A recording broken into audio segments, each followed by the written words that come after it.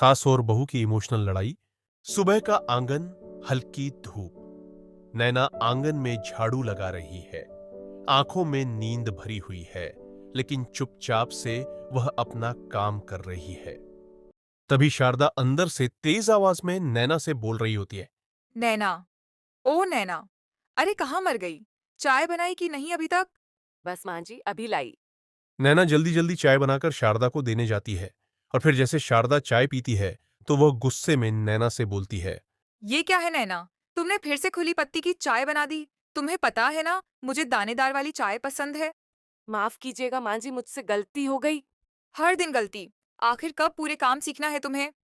यह सुनकर नैना हल्का सा कांप जाती है। नैना का पति अजय भी उठ चुका होता है, और वह फिर नैना के पास जाता है और नैना से बोलता है। क्या हुआ नैना?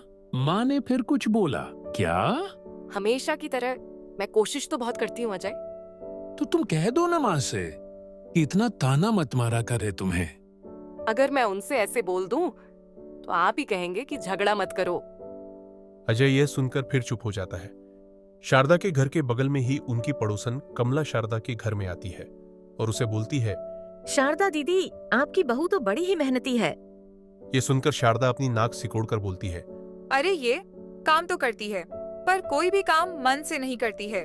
वह तो हर बात पर रूठकर मुंह बना लेती है।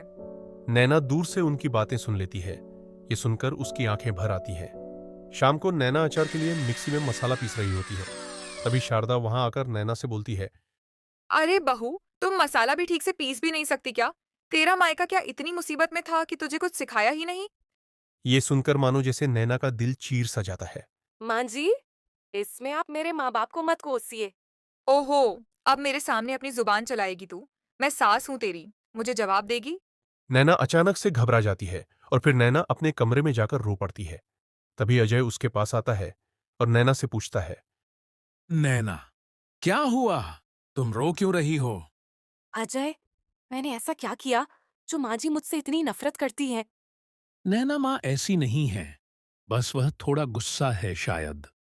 थोड़ा गुस्सा? वह हर सुबह हर शाम हर काम पर मुझे डांटती है। मैं यहाँ बहू बनकर नहीं बल्कि एक नौकरानी बनकर रह रही हूँ अजय। अजय उसे चुप कराने की पूरी कोशिश करता है, लेकिन वह अंदर से बेहद टूट चुकी होती है। अगले दिन शारदा को नैना से पानी देते समय बाल्टी में से थोड़ा सा पानी शारदा के ऊपर छलक जाता है। नालायक लड़की, कुछ नहीं आता तुम्हें। तुम जैसी बहू क्या मेरे नसीब में ही लिखी थी शायद। शारदा ने बाल्टी को धकेल दिया, जिससे नैना के पैर पानी से भीग जाते हैं और उसे कुछ समझ नहीं आता। माँ जी, आखिर हर बात पर आपको इतनी तकलीफ क्यों होती है मुझसे? तू मेरे बेटे को मुझसे दूर कर रही है। जो बेटा मुझसे रोज मुझसे बात करता था, लेकिन वो बात अब तुझसे करता है, न कि मुझसे। ये बात सुनकर तो नैना तभी वहीं ठहर जाती है। नैना दोपहर का खाना बनाकर रख देती है। तभी शारदा आकर दोपहर का खाना बैठकर खा रही होती है, लेकिन जैसे ही वह एक निभाला खाती है तो वह नैना से गुस्से में बोलती है। ये कैसा खाना बनाया है तुमने नैना? ये खाना तो कुत्ते भी ना खाए। माँ जी, मैं वापस अभी खाना बनाकर ले आती हूँ। चल हट, मुझसे दूर रह। हर चीज में तू घर में अशांत कर देती है। नैना तभी सहमी होकर पीछे हट जाती है। मान जी, ऐसा मैंने क्या किया?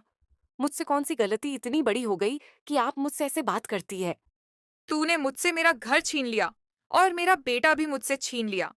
नैना अचानक से चुप हो जाती है और उसकी आंखें बिल्कुल सुन्न। नैना अकेले आंगन में बैठी हुई रो रही होती है और आंसू रोकते हुए वह खुद से बोलती है। क्या सच में मैं इस घर की दुश्मन हूँ? कभी कभी लगता है मैं इस घर में नहीं बल्कि इस घर में एक बोझ बन गई हूँ। ये बोलते ही नैना की आंखों से फिर से आंसू गिरते हैं और दूर से ही कमला नैना को रोता हुआ देख लेती है।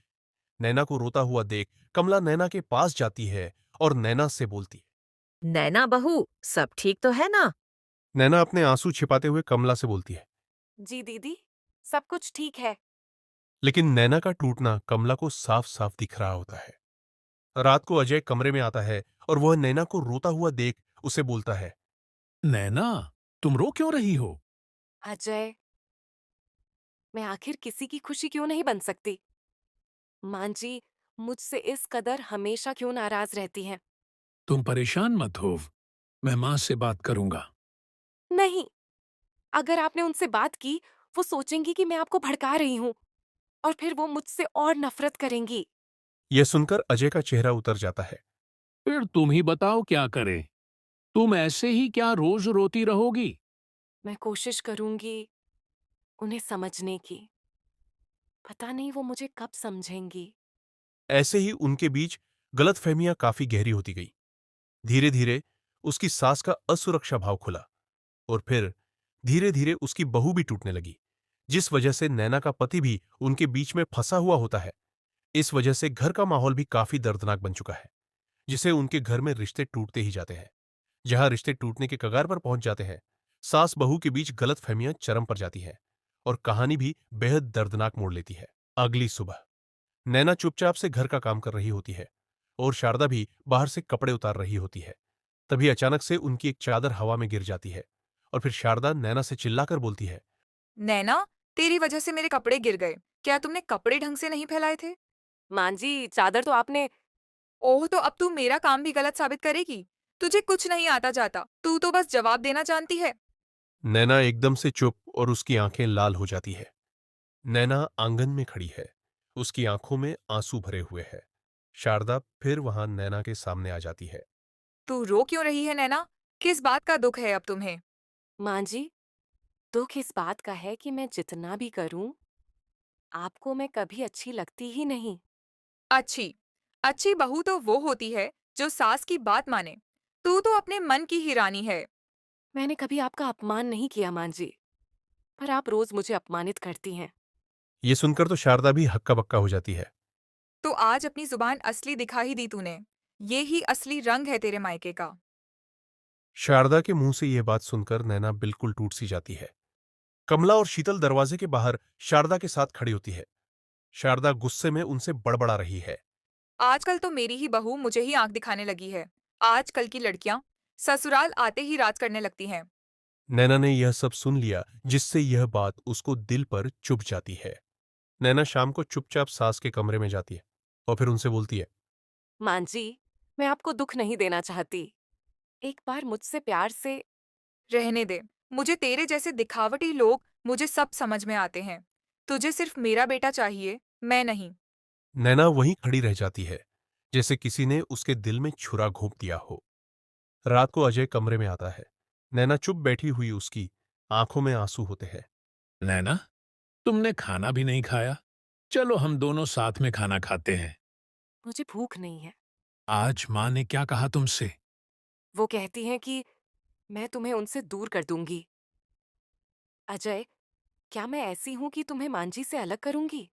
नहीं नैना, तुम ऐसी नहीं हो। लेकिन मैं दो तरफ से टूट गया हूं। दोनों एक दूसरे को देख रहे होते हैं और दोनों ही दर्द में होते हैं।